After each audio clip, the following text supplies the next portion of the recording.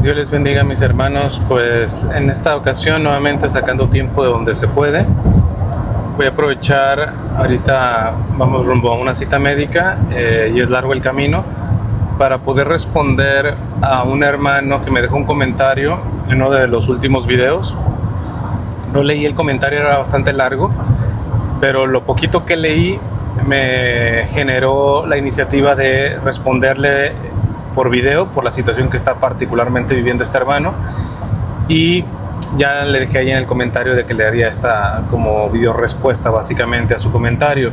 Entonces lo que voy a hacer es, le voy a pedir a mi esposa que me lea el comentario completo porque no lo terminé de leer completo, pero repito, solamente lo que alcancé a leer me parecía digno de poderle responder en video a este hermano. Entonces nada más háblame fuerte para poder escuchar. Ok. Hermano Cristian, estoy comunicándome con usted desde la cárcel, donde nos dan la oportunidad de utilizar bajo supervisión una vez al mes YouTube o ver TV. Nos dan la opción y yo he decidido ver YouTube y escucharlo a usted con la esperanza de obtener alguna posible respuesta. Verá, yo soy padre de familia y tengo una gran duda y sé que desde donde está usted podría ya sea responderme aquí mismo o bien ver algún tema al respecto de alguno de sus futuros videos si Dios quiere, y a usted si está de acuerdo. Soy padre de un hijo que es católico al igual que yo. Él tiene 28 años y me comenta que quiere llevar a cabo una transición con tratamiento hormonal transexual, ya que siendo hombre dice que desde siempre ha sido una mujer. Estoy preocupado, pues me comenta que el Papa Francisco habló literalmente con un hombre transexual en Roma y le dijo que se aceptara como Dios lo había hecho y que siguiera adelante, y le bendijo. Así lo mismo con una mujer transexual, lo cual el Papa Francisco recibió en el Vaticano diciéndole: ámate y respétate lo que Dios ha hecho de ti. Acéptate, y si alguien te juzga debes saber que el problema lo tiene esa persona en la cabeza y no tú en tu corazón. He visto detenidamente los videos que mi hijo me envía para saber si son reales y resultan serlo. A su vez, una monja de Argentina que cuida a mujeres transexuales era apoyada cada miércoles por el Papa Francisco, y el Papa le decía al despedirse: salúdame a las chicas y diles que recen por mí, refiriéndose a las mujeres transexuales. A su vez, el Papa Francisco, al citar a la transexual para una especie de audiencia, le recibió, según ella, con el nombre en femenino y no en masculino, como se podría esperar, y le dice lo importante que es que sea una iglesia pobre para los pobres, haz el bien, etc. Pero en cuanto a su sexualidad, le dijo: acéptate, es decir, vestirse de mujer, tomar tratamiento hormonal para feminizarse. No fue condenado por el Papa Francisco. Además dijo: ser de esa manera no es un delito, es una condición humana. Por favor, le suplico, me diga si es correcto esto, ya que yo no sé muchas cosas exactamente sobre estos temas de la iglesia. Papa Francisco abrió una puerta en este sector. Inclusive le comentó a esta chica transexual que ella, hablándole en femenino, que ella sí puede comulgar, y que si algún sacerdote le nega la comunión por ser transexual, cambiara de parroquia hasta que pudiera comulgar en una que se le respete y se le acepte, que allí comulgara y que puede, ya no terminó esa frase, Joven Cristian, en verdad no he podido dormir tranquilo y me paso a veces horas pensando en este tema para hablar con mi hijo, cual vive en Brasil y ya está comenzando a reunir los médicos para empezar su tratamiento hormonal y comenzar a vestirse de chica. Él o ella me comenta que desea esto porque se siente en paz y tranquilo. No quiero que se condene, no deseo tome un camino errado. No sé cómo debo tomar esto, pero las palabras del Papa Francisco me han sido un vaso de agua fresca en tiempos de sequedad. Por último, comentarle que la mujer con vestimento azul de monja que fue viral en internet y que fue la única mujer que estuvo frente al féretro del Papa, es la misma mujer argentina que apoya mucho a sus hijas, como ella las llama. ¿Qué opinión le merece todo esto? Le agradezco muchísimo su tiempo y si ya mi hijo o hija fue al psicólogo y psiquiatra y le dijeron, y sí, ya mi hijo o hija fue al psicólogo y al psiquiatra y le dijeron le dieron un documento que dice disforia de género, con el cual desea empezar el tratamiento. Por favor, ayúdeme a aclarar estas dudas para poder sobrellevar esta situación como Dios manda, y lo que todo padre quiere es que sus hijos sean felices sin hacer daño ni mal a nadie. Le agradezco, lo sigo y pido por usted desde prisión. Cuídese mucho y saludos a toda su audiencia. Ok, primero vamos a algunas matizaciones y aclaraciones, ¿verdad? Las citas que este hermano da, tendré que verificarlas todas. Me consta que el Papa ciertamente ayudaba a esta monja que trabajaba con transexuales. Me consta también lo de una carta que el Papa envió a una de estas personas y le habla en femenino. De hecho, yo hablé al respecto. Pero hay otras frases que menciona este hermano, dichas por el Papa Francisco, que necesitaría yo verificarlas, ¿va? Entonces, esto lo digo primero para una aclaración, ¿va? Yo creo que podría responderte a varios niveles, ¿va? La primera es, evidentemente, como suelo decir, cada caso es cada caso, ¿va? Y ese caso no lo conozco, no conozco a tu hijo, no conozco las circunstancias. Déjame especular un poco, ¿va?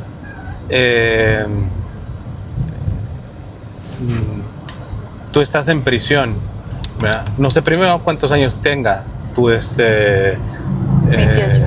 ¿28? Yeah. Ok, 28 años, o sea, ya está bastante adulto. No sé desde cuándo tú estás en prisión, o sea, me refiero a decir que sabemos que en todo este tipo de complicaciones a nivel de identidad, un elemento no menor es la figura paterna y la figura materna, ¿va? Entonces no sé desde cuándo tú estás en prisión y por ende que le haya faltado la figura paterna a tu hijo. Igualmente también no sé la razón por la cual estás en prisión y no puedo asumir que es por un delito, porque conozco mucha gente que está en la prisión pagando inocentemente, ¿va? Entonces, pero si verdaderamente fue una cuestión de un crimen o algo que tú mereces en este sentido pagar la prisión, pues también eso agregarlo a la carga emocional de tu hijo, etcétera, ¿va? Por todo esto que te digo, no es una cuestión de culpas, no, mi sentido no es meterte culpas de si le has faltado como padre o como ejemplo de vida o algo, y eso ha repercutido a recrudecer pues esta confusión de tu hijo, sino precisamente a que sí, y de hecho no te estoy pidiendo que después en un comentario me pongas si cometiste un delito o no delito, todos estos datos que te estoy diciendo es por si acaso, si no es acaso, dale vuelta a la página a lo que voy a decir, ¿va? Pero el hecho de que estés en prisión, eso puede servir como un ámbito de reparación, ¿va? De reparación, o sea, porque sé que no es propiamente cómoda una prisión. y que tú puedas asumir ese pago de tu pena también y ofrecerlo a Dios como reparación en todo aquello malo que contribuiste a tu hijo, ¿verdad? Consciente o inconscientemente, pero que de alguna manera afectaste a tu hijo. Esta situación que estás viviendo de prisión, trátale de sacar el mayor fruto, ¿eh? Y no solamente si verdaderamente cometiste un crimen en el hecho de que estás reparando tu crimen, sino que todas las circunstancias tan complicadas de una prisión la puedes estar ofreciendo como reparación por cualquier daño con el cual hayas contribuido a tu hijo en esta situación, ¿eh? Entonces, eso por una parte. Si por el contrario no, realmente has sido un padre presente, estás inocentemente en cárcel, etcétera, con mayor razón todo este sufrimiento injusto lo puedes ofrecer precisamente como pidiéndole a Dios que le dé una gracia actual, esos vientos que digo que Dios manda del Espíritu Santo, para que tu hijo pueda tener un discernimiento muchísimo más amplio a partir de lo que él está viviendo, ¿eh? Entonces, eso es un primer punto, ¿eh? La parte de la intercesión que tú puedes hacer con o sin culpa a partir de la situación complicada que estás tú viviendo en prisión para favorecer a tu hijo. Ahora, respecto a lo del Papa Francisco, digo rápido lo que ya yo mencioné. Cuando aquella vez que mandó la carta a una mujer transexual, hablándolo en femenino y todo esto, yo les conté una experiencia particular. Cuando tuve contacto con un transexual, una mujer transexual, o sea, varón biológicamente, y yo, eran tiempos donde todavía le tiraba mucho a la cuestión de la rigidez. Yo le seguía hablando en masculino, ¿verdad? Y se me quedó grabado que siempre que le hablaba en masculino, hasta como que encogía los hombros, ¿verdad? Se hacía como si le estuviera pegando, básicamente, ¿verdad? Así que, o sea, como que soportando, ¿verdad? Era un tailandés, me recuerdo. Muy noble y todo esto, pero pues sí, le dolía, no se ponía agresivo, etcétera, pero cuando yo le hablaba en masculino, según su biología, básicamente, porque él nació varón, se veía que le dolía. Hasta que en el contexto de la oración, pues me di cuenta de eso, o sea, se me vinieron los rostros de que él hacía todo esto, y entonces, haciéndome violencia, porque repito, era bastante rígido en ese tiempo, haciéndome violencia, simplemente por probar, le empecé a hablar en femenino. Y oh sorpresa, la apertura que tuvo para contar su historia, etcétera. O sea, entonces, a ver, yo creo que si la meta final realmente es la salvación del alma, y la salvación del alma no puede quedarse simplemente en lo que diría Benedicto XVI, un moralismo, es decir, cumplir la ley moral concretamente, sino que hay ver circunstancias concretas del mismo proceso de las personas, ¿verdad?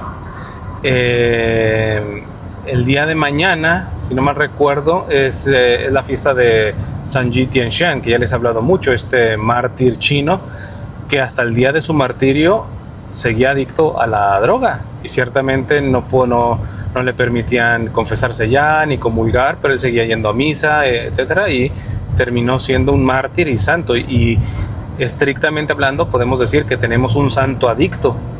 Parecería una frase contradictoria, los santos no son adictos. Pues sí, tenemos un santo adicto. ¿Por qué? Porque hasta el último día de su vida él no había vencido su adicción. Sin embargo, eso no le impidió dar la vida por Cristo. ¿A qué voy? De que muchas veces creemos que la fe es el cumplimiento de la regla moral. No estoy minimizando, ojo, para los calumniadores, no estoy minimizando la ley moral concretamente dada por Dios finalmente, ¿verdad? Sino descubriendo el espíritu de la ley. Y es ahí donde yo creo que el Papa Francisco tuvo una gran sensibilidad, ¿verdad? Una gran sensibilidad. ¿Hasta qué punto alguien consigue? A ver, lo voy a poner en mi contexto. ¿Hasta qué punto yo hubiera conseguido algo con este tailandés, siguiéndole hablando al masculino, frustrándolo o sintiendo dolor. Realmente, de hecho, yo creo que hubiera sido bueno que le hubiera preguntado, oye, ¿por qué haces ese rostro y esa reacción física? Porque era una reacción física, hermano, no solamente el rostro, así como cuando le hablaba en masculino. O sea, hasta dónde, si lo queremos poner como una cuestión patológica, de disforia y todo esto, hasta dónde viene la raíz de esa disforia o del trauma para tener esa reacción instantánea en su cuerpo. O sea, su cuerpo hablaba al yo hablarle en masculino, ¿verdad?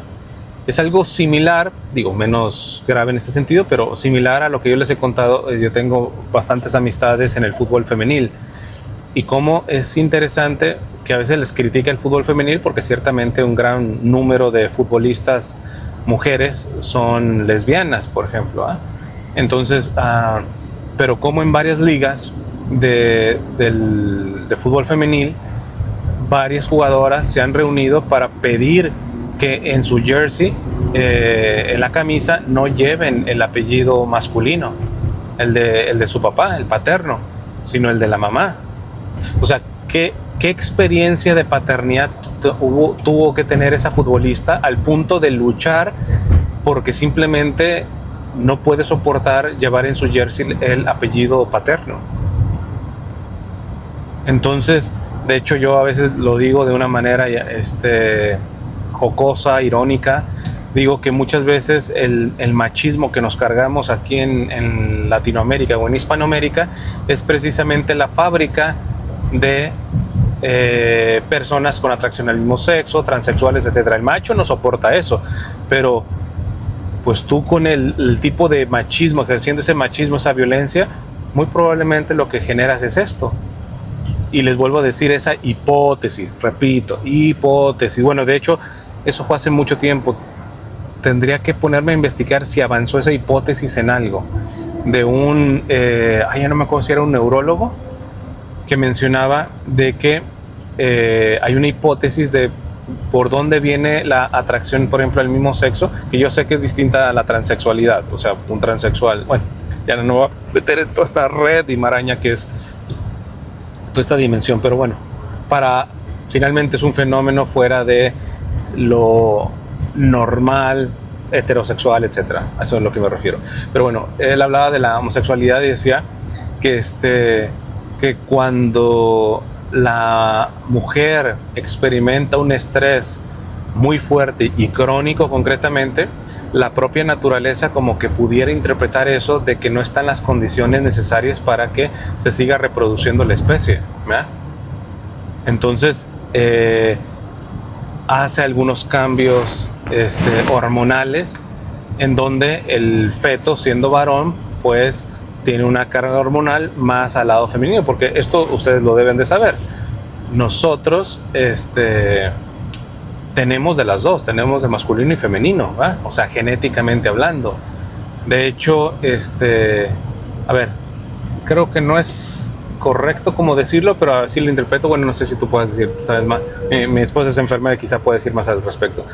Pero de alguna manera, entre comillas, repito, entre comillas, a lo que yo entiendo es que todos de alguna manera somos primero mujer y después se va desarrollando la parte de la masculinidad. No sé si es así o... Uh-huh. ¿Sí, no? Sí, o sea, el default, entre comillas, es ser mujer. Si hay testosterona, se convierten se desarrollan los... Sí, pero o sea, no, vamos, en el día 1 no te salen los testículos. O sea, evidentemente tus genes dicen que vas a ser varón. O sea, genéticamente está claro que vas a ser varón. Pero vamos a decir que... Pero, por ejemplo, aunque tus genes digan que eres genéticamente varón, si no hay las hormonas que lo ayuden a desarrollar, tú no desarrollas esos. Y quizás por eso también está la cuestión de los hermafroditas, ¿verdad? Yeah. Que tienen también, que desarrollan inclusive los dos tipos o hay casos que, por ejemplo, hay 2 etapas picos de testosterona que, por ejemplo, que es en el útero cuando se está desarrollando el bebé, y en la pubertad. Hay hombres, varoncitos, que por alguna razón les falló en esa etapa, pero luego en la pubertad sí se da la testosterona y empiezan a desarrollar los testículos, el pene, todo eso. Ya. Ajá. Pues ahí está. Entonces, Sí. el punto está en que decía con esta cuestión de esta hipótesis científica, imagínense, o sea, tú que no toleras a un homosexual, a una persona con atracción al mismo sexo, o transexual, etcétera, y muy probablemente la manera de cómo tú trataste a tu esposa generó, si esta hipótesis es verdadera, o se ha llegado a confirmar, pues nada más ni nada menos que el resultado de ese hijo o esa hija que hoy te escandaliza, etcétera, eres tú, compadre, con tu machismo, con la manera de haber maltratado y generado estrés en tu esposa de una manera innecesaria y de manera crónica. Son cositas ahí que, porque luego a mí lo que sí me parece injusto es que en estas situaciones básicamente ponen a estas personas en el asiento del acusado y básicamente pues se les hace juicios de un lado y del otro, ¿eh? Como saben, en todo ese tipo de cuestiones, yo les digo que los extremos particularmente son los que más dañan. Está el lobby del arco iris que manipula, que inclusive, por ejemplo, si hay personas, por ejemplo, con atracción al mismo sexo que quieren vivir en castidad, les juzga, o sea, es el mismo lobby que no lo soporta, pero luego tenemos el otro bando que básicamente no los baja degenerados, sodomitas y sabe cuánta cosa, ¿verdad? Entonces, esto lo pongo porque creo que hay todavía un terreno amplio de investigación, y esto no lo digo yo, váyanse al catecismo y en la parte donde habla de la homosexualidad, el mismo catecismo reconoce que todavía hay mucho trecho por investigar, hay mucho trecho por ahondar, ¿va? Entonces, eso en ese sentido la iglesia se maneja con mucha humildad, además de que ya saben esos numerales, habla de que se le debe tratar con respeto a la persona, que no se les debe rechazar por esa condición, etcétera, etcétera, etcétera. Entonces, lo que le diría a este hermano es, evidentemente, si los expertos en este tipo de situación todavía siguen profundizando sobre el tema, sobre estas circunstancias, ¿cuándo más tú, cuánto más yo? ¿Verdad? Entonces yo le bajaría una rayita a la intensidad, a la frustración de que tu hijo esté pasando por esto, porque todavía hay mucho campo que no necesariamente las resoluciones lo va a favorecer en la visión a él, muy probablemente le va a contradecir, pero también tenemos que tener la humildad de decir, muy probablemente nos abra con más amplitud esta cuestión. Y lo digo, nuevamente pongo el ejemplo, la iglesia no oficiaba funerales de suicidados y lo hacía con un razonamiento recto. ¿Por qué? Porque si la persona se quita la vida, nadie es dueño de su vida, por lo tanto pecó, pero como ya no tiene chance de arrepentirse, pues entonces se condenó. Pero luego precisamente la profundización, en este caso en el ámbito científico, se ha demostrado de que muchas personas toman ese tipo de decisión no en un pleno conocimiento y consentimiento, sino más efectuando un desequilibrio hormonal o de litio en el cerebro, etcétera, etcétera, ¿va? Entonces, y ahí evidentemente al no haber pleno conocimiento o pleno consentimiento, ya no sería mínimo, no sería pecado mortal, en ocasiones ni siquiera pecado sería. Entonces, la iglesia con más sabiduría no se está contradiciendo, sigue creyendo que aquel que se quita la vida de manera intencional, con pleno conocimiento y pleno consentimiento, pues está pecando, y en ese sentido pues muy factible que se condene, porque todavía queda el trecho de esta vida a la otra, si Dios permite que se arrepienta en ese trecho, ¿va? No sabemos, ¿va? Pero la iglesia ya celebra la Santa Misa a una persona que pasa por esto, dejándolo precisamente al juicio de Dios. Él sabe realmente a profundidad lo que ha pasado ahí, ¿verdad? Entonces, y no es que se contradiga porque ahora sí oficia y antes no oficiaba, no. Hay que ver los contextos. Entonces, la tercera cosa que te tengo que decir es, con humildad reconoce que es un área que muy probablemente ni tu hijo lo ha profundizado al 100, ¿verdad? Y en este sentido ya de una vez lo voy a decir, lo iba a decir como conclusión. Si tu hijo está abierto a hablar, que me contacte por Telegram, yo no le voy a intentar cambiar su decisión, etcétera, sino simplemente poder un poquito escuchar sus razonamientos por lo que ha pasado, un poquito esta cuestión de pastoral de acompañamiento para, pues eso, para que la afirmación que he hecho, que cada caso es cada caso, tenga mayor razón o consistencia, porque ahorita voy a dar cuestiones muy generales. Entonces le puedes decir que se puede comunicar conmigo a mi Telegram, se va a semperfiel.com y ahí dice contacto Alma, es el primer botón de semperfiel.com y ahí que me contacte y podemos hablar. Le puedes dejar para que no vaya a la defensiva. No pretendo hacerle un coco wash ni darle bibliazos ni nada, sino simplemente escuchar. Es más, si quieren que ni hable, que yo hable, pero escuchar un poquito sus razonamientos y todo esto. Esto me lleva a decir también de que estaba yo por entrevistar a un transexual varón, es decir, biológicamente mujer, que recientemente le hicieron un podcast, una entrevista en un podcast, y aceptó hablar, pero la verdad que después ya no me respondía. Le dije que si se había echado para atrás, porque a veces están tan asustados porque sobre todo del gremio religioso solo me han encontrado bibliazos, críticas, etcétera, que por mucho que uno les llegue con paz y sabiendo que no les va a estar juzgando ni dando de bibliazos, sino tratando de entender sus historias, más allá de si estamos o no de acuerdo,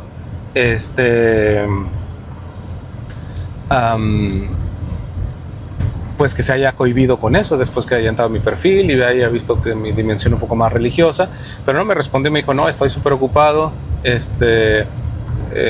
pero sí me interesa, y ya lo he seguido intentando y ya no me responde. Entonces no sé si se echó para atrás. Él es un académico en una universidad, pero la historia que le escuché en el podcast vale mucho la pena. O sea, repito, hasta podemos no estar de acuerdo en su visión y todo eso, pero cuando tú escuchas con apertura la historia de la persona, puedes detectar elementos, por ejemplo, de bondad, belleza y verdad, y esos elementos siempre la iglesia los va a rescatar. Pero por eso yo estoy en contra, sobre todo estos libertarios y todo esto, Iturrieta y otros cuantos que están con estos temas de la ideología de género y todo eso, pero que lo tocan bajo el prisma del mero juicio, del linchamiento, etcétera, y no necesariamente del acompañamiento, que no necesariamente ese acompañamiento tiene que ser permisivo y que tiene que darles por su lado, no, pero a lo menos que pueda respetar el proceso de cada persona, que pueda respetar la historia de cada persona, que la acompañe a la persona, ¿verdad? Entonces, dile a tu hijo, si se quiere comunicar, que no venga a la defensiva. No voy a darle bibliazos ni sermonazos, sino poder escuchar un poquito más. Y si quiere también una segunda opción, y esto no lo digo por el caso de tu hijo, en todo cuestión médica, ya sea de salud física, psicológica, espiritual inclusive, nunca está de más una segunda opinión, ¿verdad? ¿Cuántas veces uno teniendo una segunda opinión es donde se aclara el problema? Cuando vamos a otro médico y nos vuelve a hacer los análisis y tiene otra perspectiva, otro diagnóstico a veces inclusive. Entonces yo le sugeriría que tu hijo tampoco se quedara con el veredicto del psicólogo o el psiquiatra al que fue, sino que tuviera una segunda opinión. Esto no es intentarle echar atrás sus planes, sino que pueda verdaderamente estar mucho más en paz, en tranquilidad de la decisión que va a tomar como adulto, ¿eh? Dicho esto, como adulto, siguiente cosa, que no sé si es la cuarta o quinta cosa, lo que yo personalmente, por ejemplo, sí empatizo y sí estoy de acuerdo con todos estos libertarios o conservadores tradicionalistas, entre ellos Iturrieta y todo, es de que me parece un crimen, una abominación comenzar estos procesos cuando son menores de edad. Porque a tu niño no le das las llaves del carro para que maneje. No, pero sí, ya mi niño de 12 años dice que biológicamente es varón, pero siempre se ha sentido mujer, etcétera, etcétera, y cedas a estas cuestiones, ¿verdad? O sea, es ahí donde entra la agenda ideológica, la agenda de la ideología de género y todo esto. ¿Por qué? Porque es totalmente incongruente, es totalmente hipócrita con respecto a la manera de que se manejan las cosas, ¿va? Un menor de edad aquí no puede tomar alcohol. Ah, no, pero puede abortar y sin consentimiento de sus padres, ¿va? Entonces, son esas cosas que tú dices, raya con lo ridículo, con la hipocresía, básicamente. Entonces, con esa cuestión yo sí te diría, pero pues tu hijo no es un menor de edad, tu hijo ya es mayor de edad, y finalmente las decisiones acertadas o equivocadas que vaya a tomar, pues hay que dejarle claro de que si él está dispuesto a asumir las consecuencias de su decisión. Porque honestamente, yo esto lo he dicho en el discernimiento vocacional, déjenme ver, que creo que aquí hay un freeway que tengo que tomar, creo que es este. Permítanme nada más. Dios les bendiga, hermanos. A ver, vamos a continuar. Tuvimos que cortar porque ahí me metí mal en el freeway. Y bueno, ya mejor atendimos nuestras citas y todo esto. Entonces, ahorita nos toca ir en el tráfico. Antes de yo continuar, porque de hecho no me acuerdo en dónde me quedé, pero quiero decir varias cosas más al respecto de lo que menciona este hermano, pero mi esposa quería decir algo. ¿O ya? ¿De una vez? Sí, de una vez. Okay. Y ahorita Bueno, que se me venían varias cosas en mente. Fui a una conferencia hace unos años donde un apologeta hablaba del movimiento transgénero. Del hecho, escribí un libro que se llama Cuando Harry se convierte en Sally o algo así. De la vida de un señor muy famoso, se llama Walt, se me olvida su nombre, pero él de transición, o sea, él a los 40 años creo se hizo mujer, ya tenía familia, ya tenía hijos, era muy exitoso en su trabajo y él pues decidió dejar todo eso y vivir como mujer. Luego se arrepintió muchos años después y da muchas conferencias hablando de eso, de cómo eso destruyó su vida, básicamente. Lo que me impactó mucho fue, no sé si todavía sea actual, porque esto fue hace muchos años, pero decía que el 50% de las personas transgénero que tienen, pues como dijo el señor en el comentario, disforia de género, se suicidan, el 50%. Y eso es independientemente si se hacen la cirugía o no. O sea, para mí lo que está diciendo es que no soluciona ese vacío o esa tristeza, esa enfermedad de cierta manera que tienen. O sea, les están dando una solución que no es solución. Y como lo presentaba, era en cualquier otra parte del cuerpo, si todo está bien, ¿por qué te lo vas a cortar? Si tú vas al médico y le dices, mi corazón está funcionando muy bien, sácamelo. O, ¿sabes qué? Mira mi brazo, siento que no es mío, móchamelo. Nos choca, ¿verdad? Pero cuando es algo de la mente, de mis genitales, de mis órganos reproductivos, no lo cuestionamos, está bien. Yeah. ¿Verdad?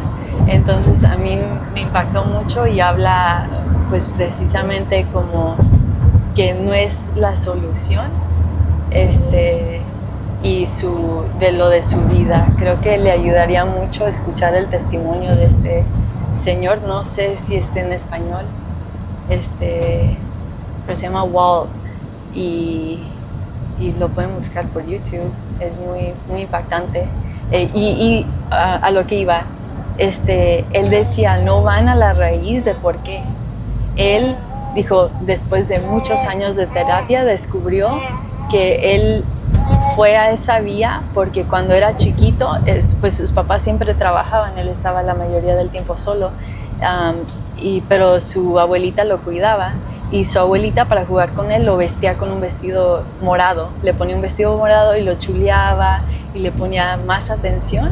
Y él decía, yo me sentía como que alguien me veía cuando era niña, pues cuando le ponían el vestido, porque era un niño muy bonito. Y luego aparte después empezó a abusar su tío de él. Y cuando iba como a juntas de muchas personas trans, notó que, si no la mayoría,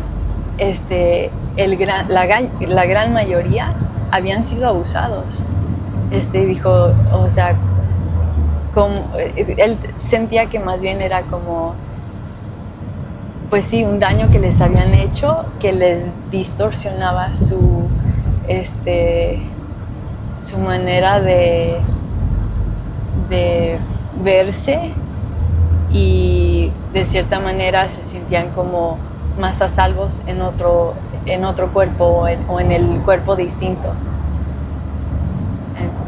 Como en el caso de él, que se sentía más bonito, más a salvo si él hubiera sido mujer. Otra cosa también que mencionó, creo que su mamá siempre quiso una niña y tuvo un niño. Entonces, creo que les hacemos un mal servicio a las personas que tienen realmente esta enfermedad y que decimos que la solución es una cirugía. Pero también, o sea, el acompañamiento. Walt fueron muchos años, o sea, no sé si alguien le habló, pero él tuvo una conversión, y dudo mucho que hubiera sido a bibliazos.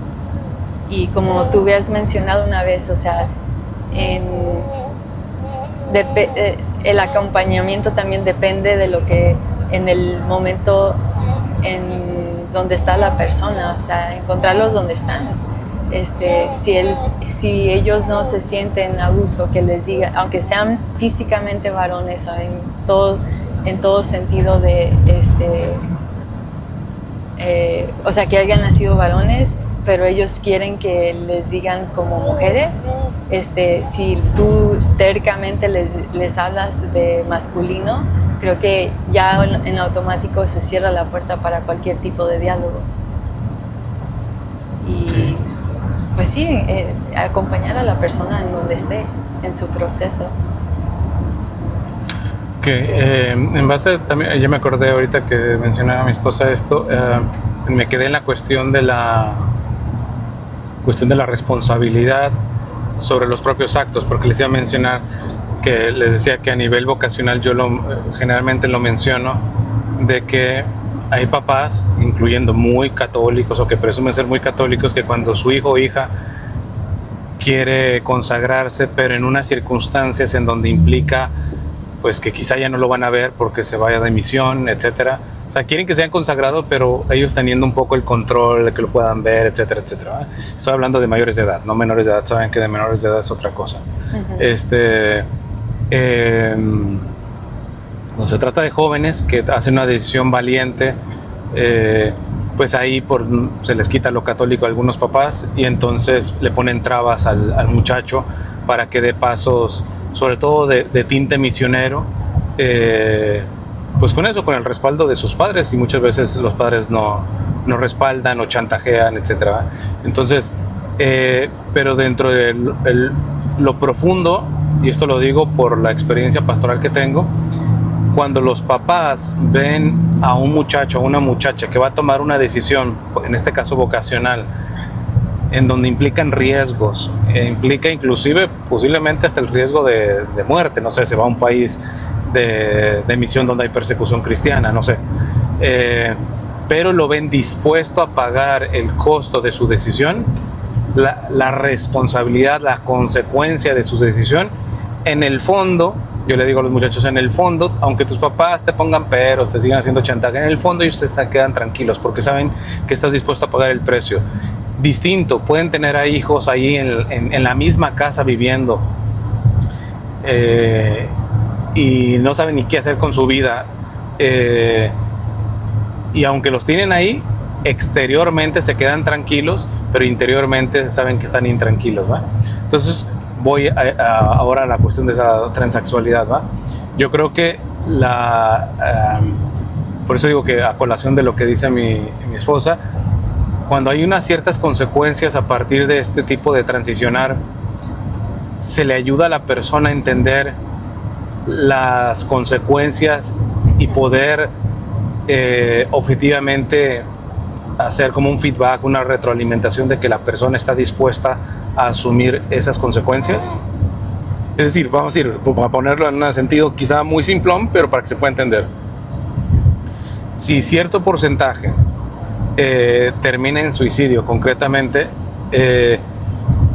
la persona que va a transicionar se le informa de esto y la decisión la toma consciente de que su afección, su sentimiento, su percepción, etcétera, no va a encontrar la paz necesaria que cree que al transicionar la va a tener. Porque luego en el testimonio de esta chica que transicionó a varón, que a ver si se da la entrevista con ella, con él más bien, porque yo le hablo de él en respeto. Curiosamente él dice eso, que él cuando transicionó verdaderamente encontró mucha paz y mucha tranquilidad ya solamente en el hecho de que se le diga de él, ¿verdad? Y él habla precisamente de que la transexualidad siempre es más dura a las mujeres trans que los varones trans, porque él realmente tú lo ves y no te das cuenta que es realmente una mujer biológica. Y es un poco más complicado con los varones, aunque también hay cada cirugía, pero en realidad a ver, se va a ir un poquito vulgar, pero lo digo en el sentido respetuoso y clínico, ¿eh?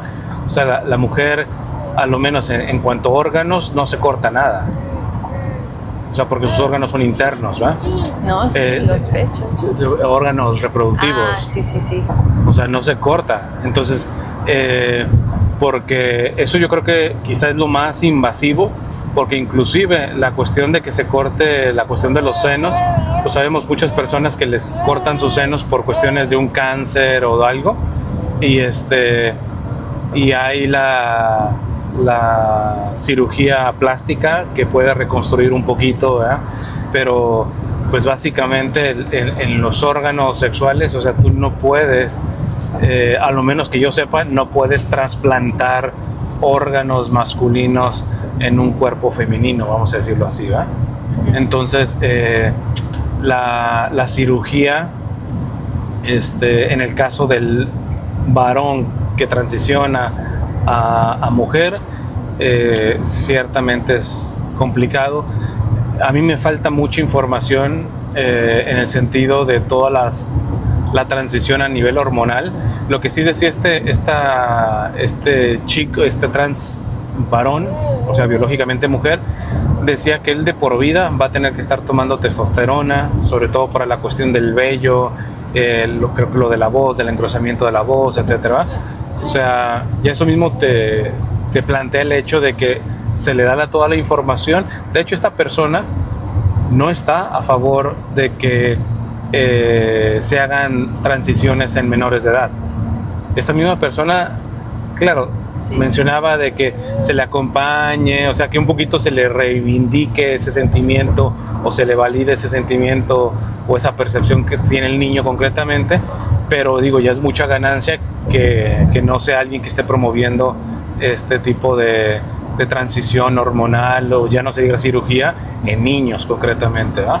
Sino que lo menos como adulto pueda informarse, pueda discernir y pueda tomar una decisión, y repito, asumiendo las consecuencias de esa decisión, que no sé, esto sí realmente lo ignoro, si verdaderamente se les informa de todas las consecuencias, porque hablábamos la otra vez en una sesión de preguntas y respuestas sobre los anticonceptivos. ¿Cuántos que recetan los anticonceptivos les informan de las contraindicaciones a las mujeres, por ejemplo?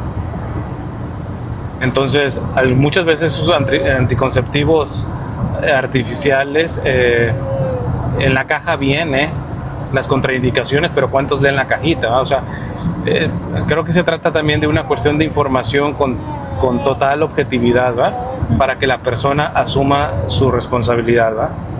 Entonces el siguiente elemento que quiere decir, más allá de que pudiera ser una decisión equivocada, estamos hablando en un adulto. Ese adulto se le ayuda a ser consciente de la consecuencia, y si él quiere tomar esas consecuencias, pues podrá ser equivocado, ¿eh? Para muchos, pero finalmente él está tomando conscientemente esa decisión. Ahora, si eso es muy traumático o es muy aberrante, chocante para algunos, es aquí donde yo también planteo la cuestión, es decir, ¿tú qué solución planteas a esa persona? Porque esa persona finalmente está lidiando con esta percepción, con esta crisis y todo esto, y muchas veces los datos y las estadísticas es lo que menos cuenta, o sea, tampoco llena el hueco y el vacío, porque también me gustaría saber las estadísticas de cuántos se suicidan por restringirle la transición. Me imagino que también será grandecito el número de personas que se suicidan por una presión quizá de su círculo familiar que no les deja transicionar, etcétera, etcétera, y entonces revientan, y también creo que puede haber un alto número de suicidios ahí. Entonces la situación es tan dramática tanto para un lado como para el otro, que personalmente yo no creo que se pueda tomar de manera simplona o dar como un veredicto a la persona que está pasando eso. Por eso yo digo, cada caso es cada caso. Habrá personas que acompañándoles, etcétera, puedan tener una mayor amplitud y quizá puedan tomar una mejor decisión prudencial, ¿no? Hay otros que honestamente quizá sea por heridas o sea por decisión particular, están completamente cerrados. O sea, ahí, ¿qué haces pues concretamente? Y creo que ahí es donde se ve un poco el marco de lo del Papa Francisco, ¿no? El marco del Papa Francisco, porque estas personas ya han transicionado, o sea, con estas hermanas eran ya transexuales concretamente, y si el Papa les está diciendo que se acepten tal cual son en este sentido, creo que va con el sentido de decir, en muchas cosas tú ya no puedes dar marcha atrás, ¿verdad? O sea, la destransición, quitar la transición, será en algunos elementos, pero algunos de los elementos de la transición son pues irreversibles, ¿va? Ay, disculpen hermanos que tuve que cortar nuevamente por la situación del bebé, pero bueno, aquí tengo unos minutitos. A ver, lo que mencionaba es de que la perspectiva del Papa me parece es de un acompañamiento concretamente de personas que ya han tomado este tipo de decisión y que evidentemente ya algunos corren con efectos irreversibles, y en ese sentido un llamado a la reconciliación. Esta es tu realidad. Hay un principio del Papa Francisco que menciona que la realidad supera la idea. Muchos parten de un juicio de lo ideal y se olvidan de lo que es real. La realidad es que esa persona, bien o mal, ha tomado cierta decisión, muchas con consecuencias irreversibles. ¿Y qué hacemos con esas personas? ¿Los vemos como unos apestados? ¿Les negamos la comunión ya de por vida? Paralelamente podemos ver la situación, por ejemplo, de los que se esterilizan. Sabemos que eso es un pecado, esterilizarse. Distinto la esterilización como bajo la cuestión del doble efecto. Esto ya lo he explicado. Una persona que se somete a un tratamiento de cáncer sabe que hay ciertos métodos que va a recibir que pueden afectar su esterilidad. Entonces, si queda estéril, evidentemente no buscó la esterilidad, sino es un efecto de el tratamiento de cáncer. Eso es muy distinto. Pero no, el que quiere esterilizarse, se hace la vasectomía, la ligadura de trompas, varias cosas así.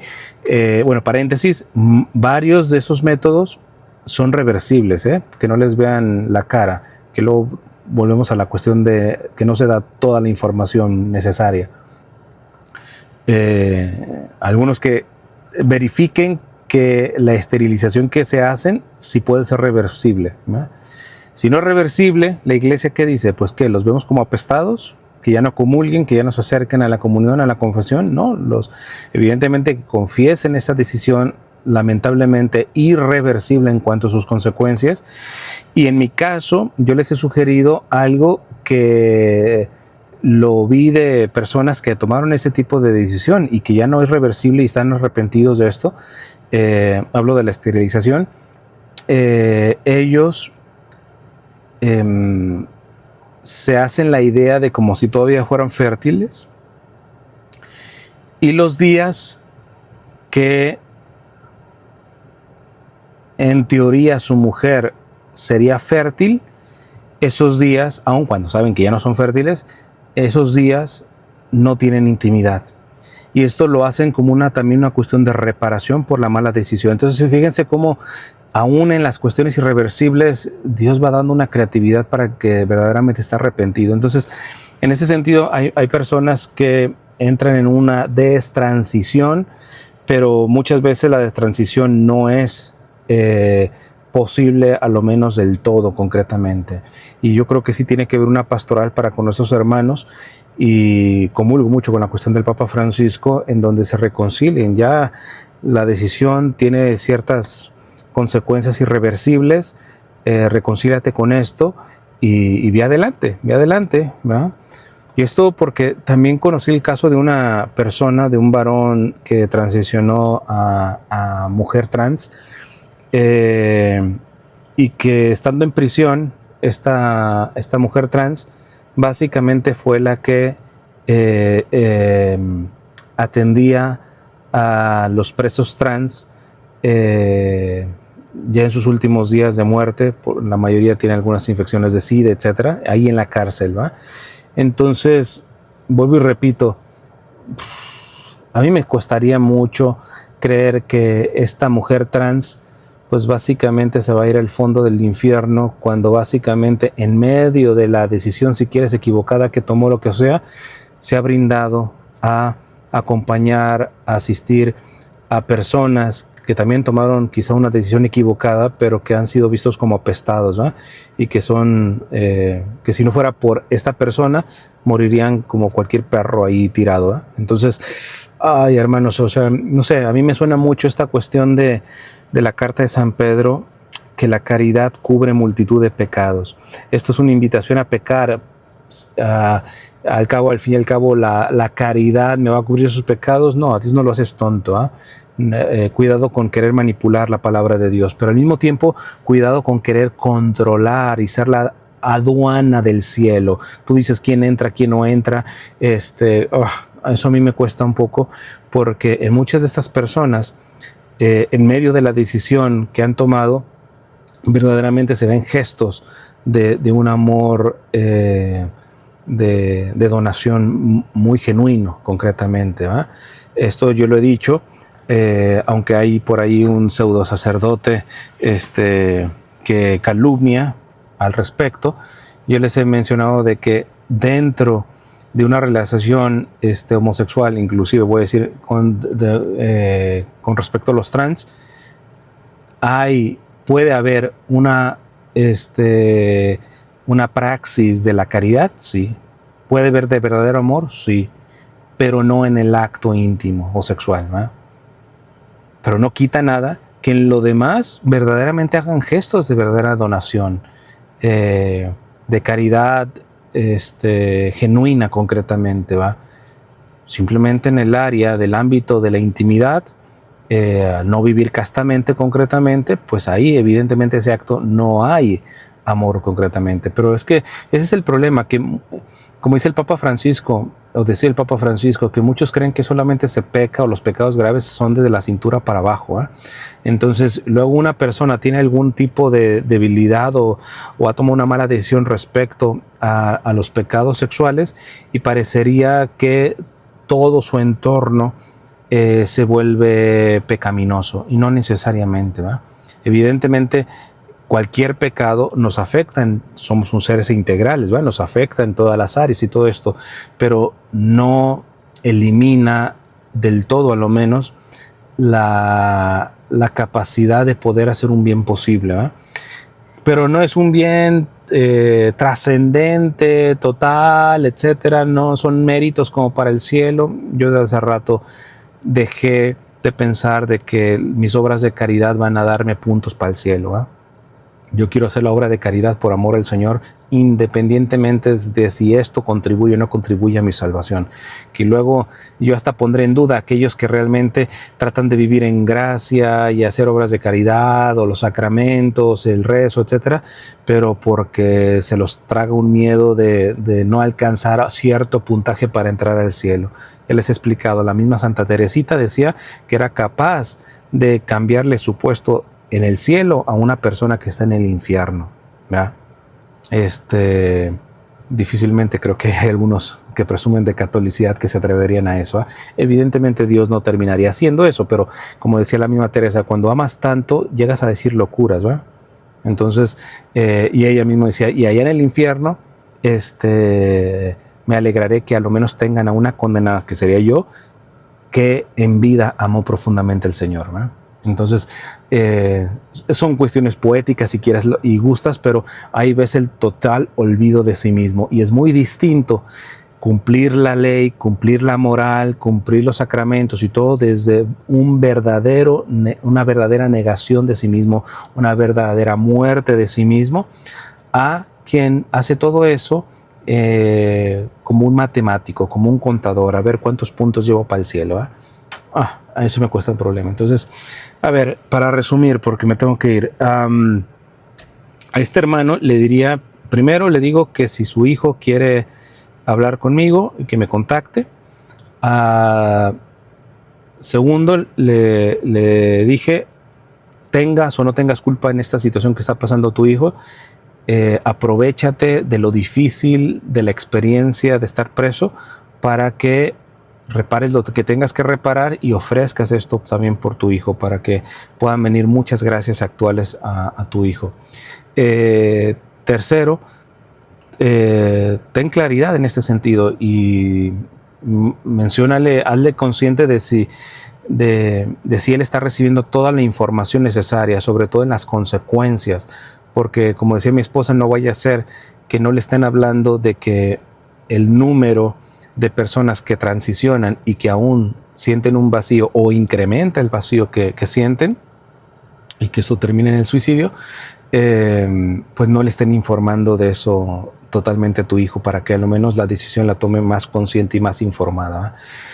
Y último, si por algo termina tomando esa decisión tu hijo, no deja de ser tu hijo y hay que motivarlo a que haga todo el bien posible, ¿eh? Quizá en el área de la decisión fatídica básicamente no podrá hacer ya mucho concretamente, pero que no pierda la esperanza de hacer todo el bien posible en otras áreas de su vida, ¿verdad? Al final pues ya el juicio quedará por parte de Dios, ¿verdad? Y finalmente termino con una invitación a todos. En estos casos tan delicados, hermanos, porque no basta, repito, vuelvo a poner el ejemplo de la muchacha, la niña que fue abusada por su padre, crece, etcétera, y no puede creer en que Dios es Padre concretamente, y se le explica teológicamente, exegéticamente, no le va a entrar en la cabeza. No es un problema de entender razones de que Dios es Padre, sino que la experiencia de paternidad que ha tenido ha sido tan dolorosa que le es imposible entender que Dios sea Padre, porque la única referencia de paternidad que ha tenido ha sido abusiva. Entonces, ¿qué quiero decir con esto? Yo les diría que mucho más acompañamiento y menos entrar a lo menos de principio con la regla moral.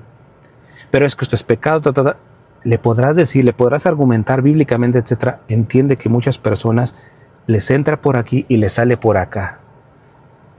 Su problema no es de conceptual.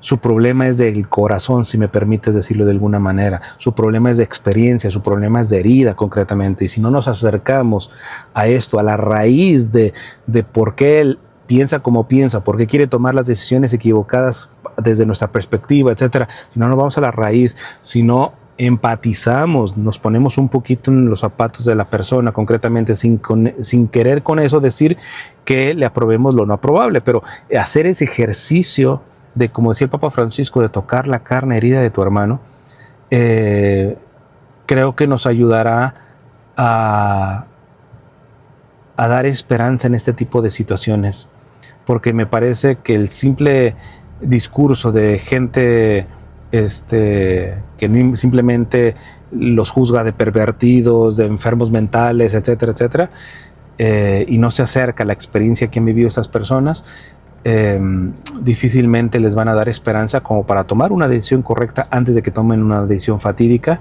o que si ya tomaron una decisión fatídica, a destransicionar en lo posible, y en lo que no es posible pues ya llevar el resto de su vida una vida lo más recta posible, ¿verdad? Pero repito, va a ser muy difícil si solamente el acercamiento con estas personas parte desde la regla, desde el juicio moral, etcétera, etcétera, ¿verdad? Entonces creo que ahí sí tiene que haber una sensibilidad necesaria, ¿verdad? Pues nada, posiblemente tendría que decir algunas cosas más, no posiblemente pudiera decir otras cosas más, pero me tengo que ir, y yo creo que ya juntando las partes, creo que esto va a ser bastante larguito, así que lo voy a dejar aquí. Y Dios les bendiga.